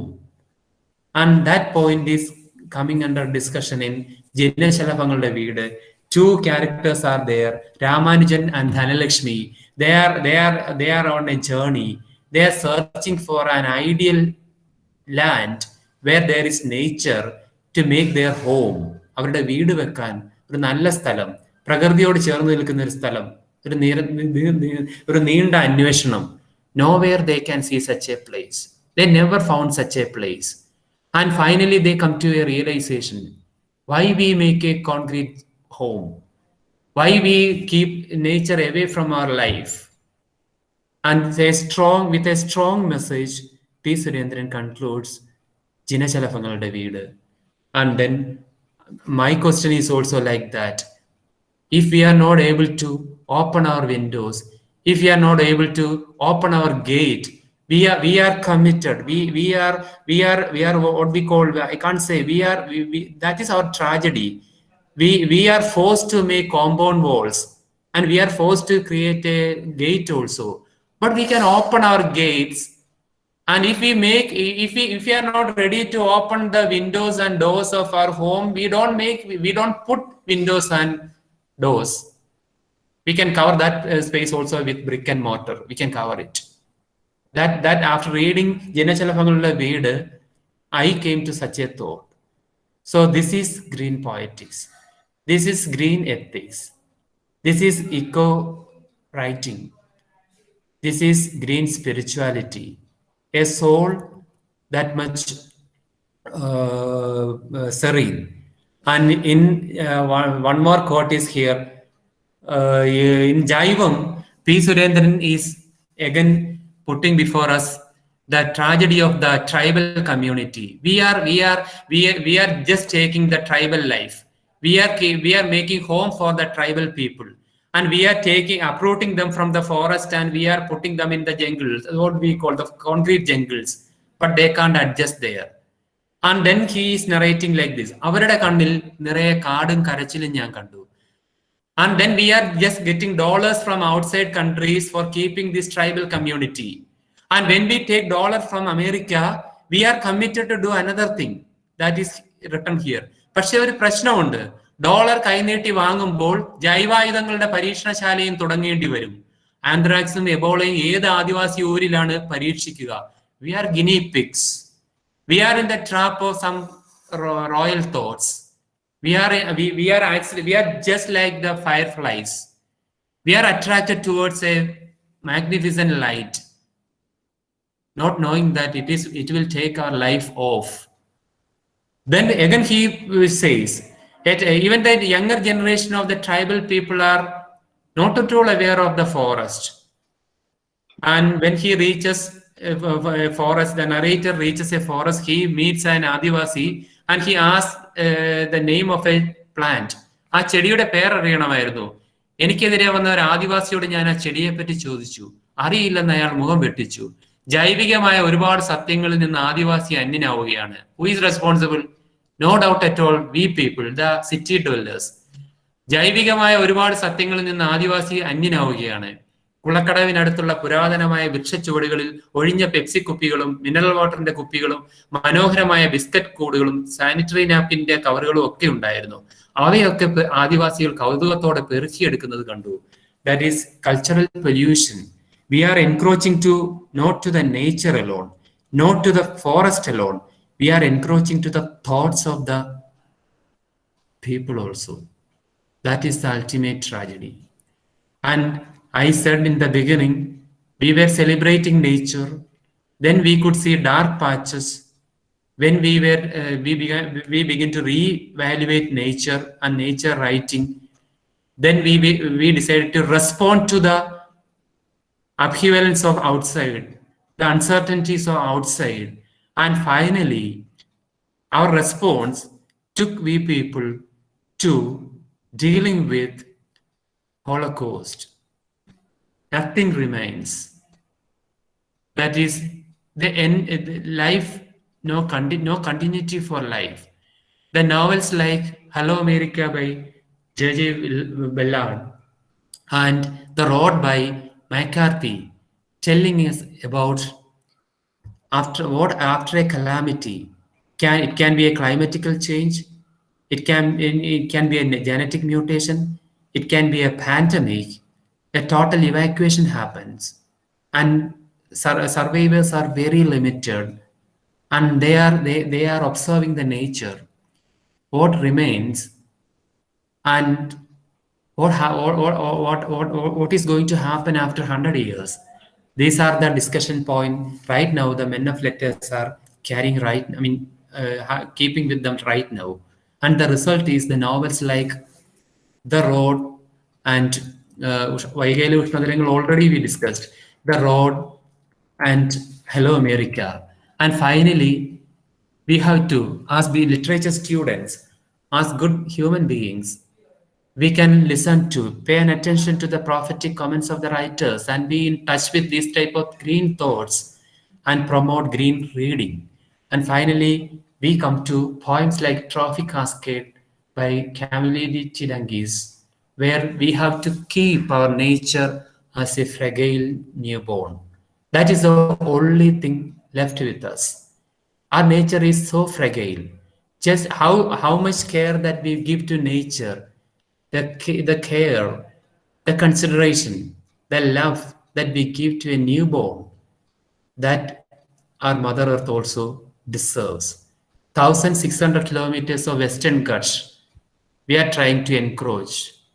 There are many standing against just making concrete walls against that, against our thoughts.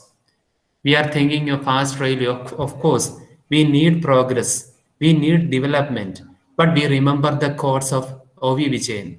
If our progress is leading us to total calamity, we can walk slowly. I'm concluding, and thanks to all for listening me. And this is only the tip of the iceberg alone. Just I'm not sure how many of you are. This is a we were together for a walk for the last 1.5 hour. I think so. We were walking together. Sometimes it was boring or thrilling. I'm not sure. Anyway, when you when you switch off and when you get back to your home and get back to your privacy, green should be with you, the green thoughts should be with you, and you be with green reading, and you just think about this type of books and this type of authors and this type of titles. And thank you. And I need a kind of 10 minutes time to your questions and queries and something like that. I'm concluding. Thank you, Susan teacher. Sir, ഞാൻ എന്താ പറയേണ്ടതെന്ന് എനിക്കറിയില്ല. ഒരു വായനയുടെയും പുസ്തകങ്ങളുടെയും പ്രകൃതിയുടെയും ഒരു മാസ്മരികമായ ഒരു ലോകത്തേക്കാണ് Santhosh Babu sir കൂട്ടിക്കൊണ്ടുപോയത്. ഞാൻ ഡിസ്കഷനും ഞാൻ അധികം അങ്ങനെ പ്രൊമോട്ട് ചെയ്യുമോ എന്ന് എനിക്കറിയില്ല. കാരണം 1.5 മണിക്കൂറിലധികമായിട്ട് നിർത്താതെ സംസാരിച്ചു കൊണ്ടിരുന്ന ഒരു സാറിനോട് ഇനിയും ഒരു ഡിസ്കഷൻ എന്ന് പറയുന്നത് അത് ഒരു കടന്ന കൈ ആവില്ലേ എന്ന് എനിക്കൊരു സംശയമുണ്ട്. അതുകൊണ്ട് തന്നെ ഒരുപക്ഷെ കുട്ടികൾക്ക് ഇനിയും കൂടുതൽ അറിയണം എന്നുണ്ടെങ്കിൽ ഞാൻ വഴി ക്വസ്റ്റ്യൻസ് സാറിന്റെ കയ്യിൽ എത്തിക്കുകയോ അതായിരിക്കില്ലേ നല്ലത് എന്നൊരു ചിന്ത. എങ്കിലും 1-2 ക്വസ്റ്റ്യൻസ് വേണമെങ്കിൽ നമുക്കൊന്ന് എടുക്കാം. Okay. കാരണം എനിക്ക് വളരെ വല്ലാതെ ഒരു വിങ്ങലുണ്ട് സാറ്. ഇത്രയധികം 10:30 നമ്മൾ തുടങ്ങിയതാണ്, ഇപ്പൊ 12:10. ഒരു പ്രകൃതിയും സാഹിത്യവും എന്നുള്ളത് ഇതിലുപരിയായിട്ട് ഒരു അവർക്ക് environmental day and reading week ഒരുമിച്ച് കിട്ടുമോ എന്നുള്ളതിൽ എനിക്ക് സംശയമുണ്ട്. അത്രയധികം തോട്ട് പ്രൊവോക്കിംഗ് ആയിട്ടുള്ള ഒരു ക്ലാസ്. ഇതിൽ ഏതൊക്കെ ബുക്കുകളാണ് ഇപ്പൊ വായിക്കേണ്ടുന്നത് എന്നൊരു സംശയമായിരിക്കും നമ്മളിൽ പലർക്കും. കുട്ടികൾക്ക് ക്വസ്റ്റ്യൻസ് എന്തെങ്കിലും ഉണ്ടോ? എന്തെങ്കിലും സംശയങ്ങൾ?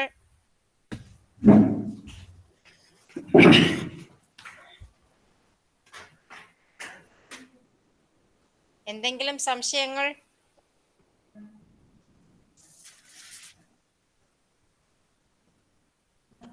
ഉണ്ടോ?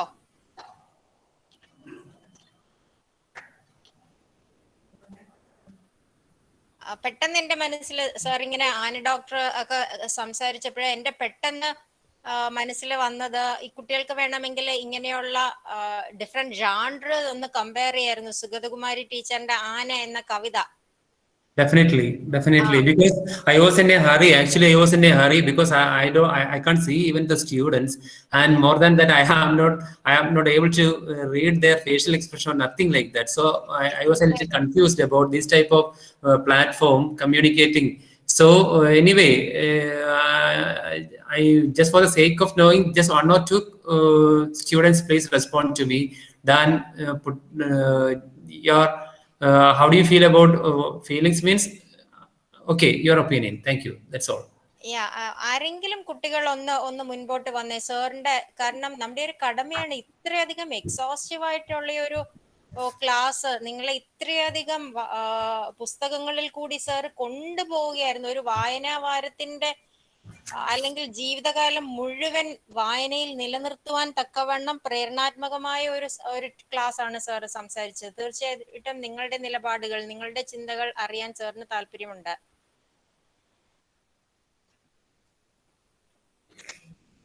There is one question that I'll ask the students. That are you familiar with any one of these titles? Anybody can respond.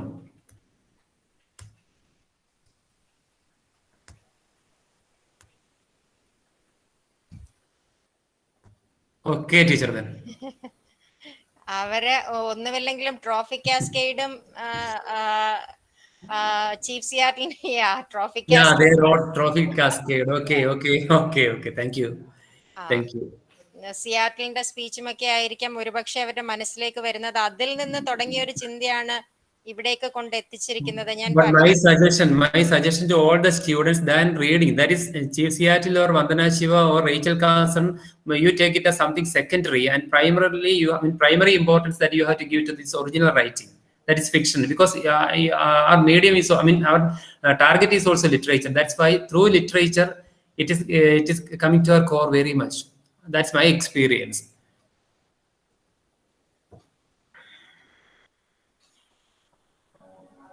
ഒത്തിരി പോയിന്റ്സ് ഇങ്ങനെ മനസ്സിലേക്ക് വരുന്നുണ്ട്. ഞാൻ പറഞ്ഞതുപോലെ ഇനി സാറിനെ കൊണ്ട് സംസാരിപ്പിക്കുന്നതിൽ സത്യത്തിൽ എനിക്ക് താല്പര്യമില്ല. കാരണം ഇത്രയധികം നേരമായി. നമുക്ക് ഫോർമൽ വോട്ട് ഓഫ് താങ്ക്സ് പോകുന്നതിന് മുമ്പ് Mariyam, can you just... Yes, miss. Respected Santhosh Babu sir, our dearest HOD and other faculty members of the English department, and my dear students. Dear sir, it was such an elaborate explanation of the of nature or environment, imagination and literature. So usually we may talk about eco-aesthetics or eco-criticism, or as you have said, green studies.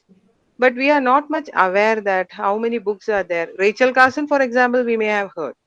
But here, sir, you have done a very extensive study of all the novels and short stories, even poems.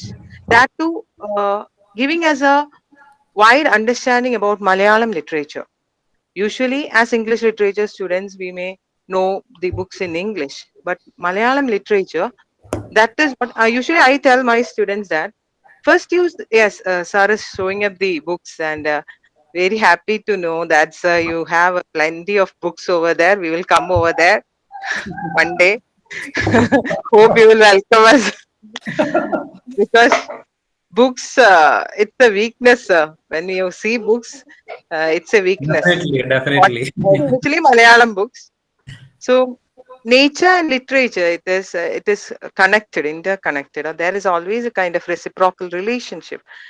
And I tell my students that Malayalam literature, you have to first start reading Malayalam literature.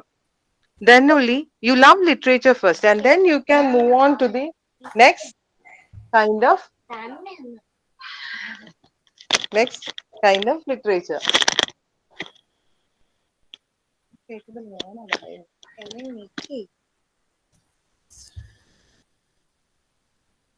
Sorry for the interruption. So, especially Tagai, Bashir, and all those writers, how they have character. Nature has been a character in their novels. And I also, even though I don't know whether sir mentioned I also thought about Sarah Joseph's novel Adi.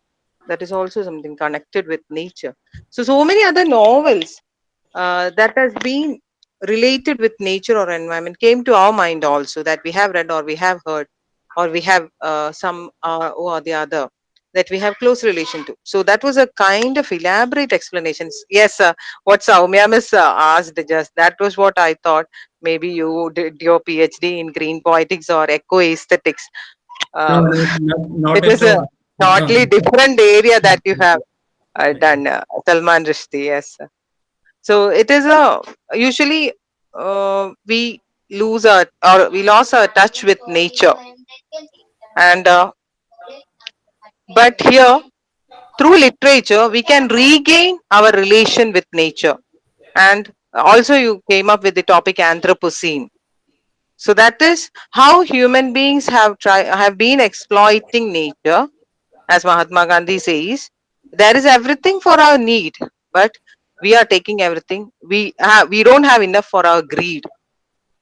So this earth is not just for human beings.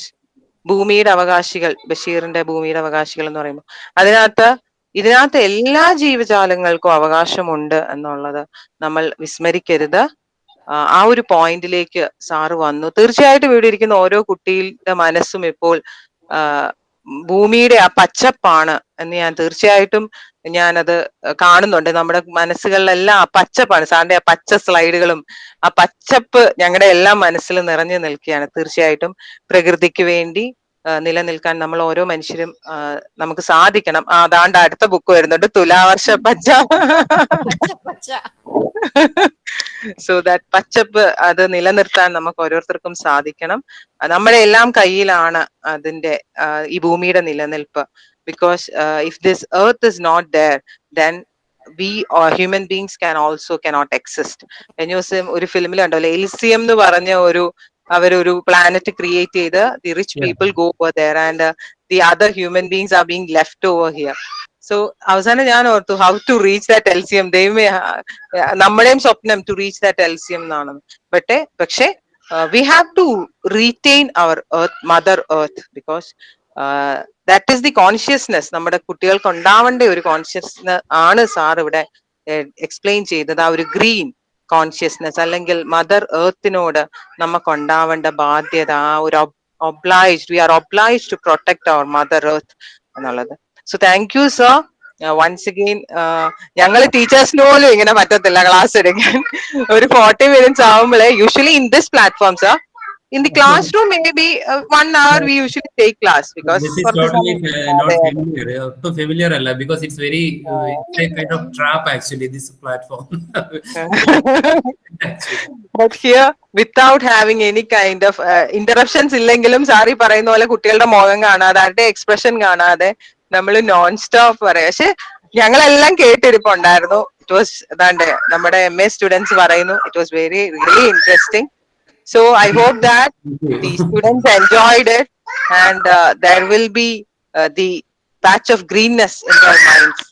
And Thank it you. was not only ജൂണിൽ നമ്മളുടെ റീഡിങ്ങും എൻവയൺമെന്റും ഒരുമിച്ച് വരുന്ന ഒരു മാസമാണ്. June 5th നമ്മൾ environment day ആഘോഷിക്കുന്നു. വളരെ അപ്പൊ ഇത് രണ്ടും കൂടെ സംയോജിപ്പിച്ചാണ് സാറിന്റെ ടോക്ക്, എൻവയൺമെന്റ് ആൻഡ് ബുക്സ് അല്ലെ, literature. So really from on behalf of the Department of English, I express my gratitude, sir, Thank and you. thank you, sir. Thank you.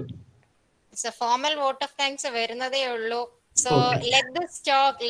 let this talk take us from the dark patches once again to back to the green patches. Green patches. So let's, as Greta Thunberg tells, if we need a solution for a crisis, we have to realize that there is a crisis. Yes, അപ്പൊ yes. Crisis നമ്മൾ തിരിച്ചറിഞ്ഞിട്ട് കൂട്ടായിട്ട്, ഒന്നുമില്ലെങ്കിൽ വായനയുടെ ഒരു വിശാലമായ ലോകം സാറിൽ കൂടി ഒന്ന് തുറന്നു കൊടുക്കാൻ സാധിച്ചതിൽ വളരെ സന്തോഷം, നന്ദിയുണ്ട്. May I invite Reshma for the formal vote of thanks. Thank you, Susan Miss. Good afternoon, all. Respected Dr. Santhosh Babu, sir, Head of the Department, Dr. Susan Alexander, dear colleagues, and my dear students. As we all know, this wonderful session on environmental imagination and Malayalam literature is conducted as part of our Reading Week celebration. So today's topic is quite a relevant one. As Sir said, we are living in a world of lost ideology. Adarshangal Thotta Kalam. So we have almost forgotten our roots, our nature, and our relationship with our mother nature. So ഇന്ന് നമ്മൾ എല്ലാവരും ഒരു June മാസത്തിലെ ഒരു പകലില് ചുട്ടുപൊള്ളുന്ന ഒരു പകലിലാണ് നമ്മൾ ഇരിക്കുന്നത്. നമ്മൾ പലരും ഈ ചൂടിനെ അവഗണിക്കാനായിട്ട് AC-യുടെയും ഫാനിന്റെയും ഒക്കെ ഹെൽപ്പ് എടുത്താണ് ഇരിക്കുന്നത്. ഒരുപക്ഷെ നമ്മളുടെ ആരുടെയും ഒരു വൈൽഡസ്റ്റ് ഡ്രീമിൽ പോലും ഇങ്ങനെ ഒരു പകൽ ജൂൺ മാസം ഉണ്ടാകുമോ എന്ന് നമ്മൾ ചിന്തിച്ചു നോക്കണം. സോ നമ്മുടെ environment, so something serious had happened. So, sir, adine patti ellam paranju, sir. So, it is the need of the hour to initiate the process of unlearning and return to our roots. And definitely, literature can help us, literature can guide us, and all those things, sir. So, I take immense pleasure in extending our sincere thanks to Dr. Santhosh Babu, sir, for that informative talk. Thank you very much, sir. And again, special thanks to dear Susan Miss for organizing such a wonderful session. Thank you, Miss. Many thanks to all my colleagues and all the students who are here in this meeting. Once again, thank you all. Okay, thank you. So thank you, sir. Thank you.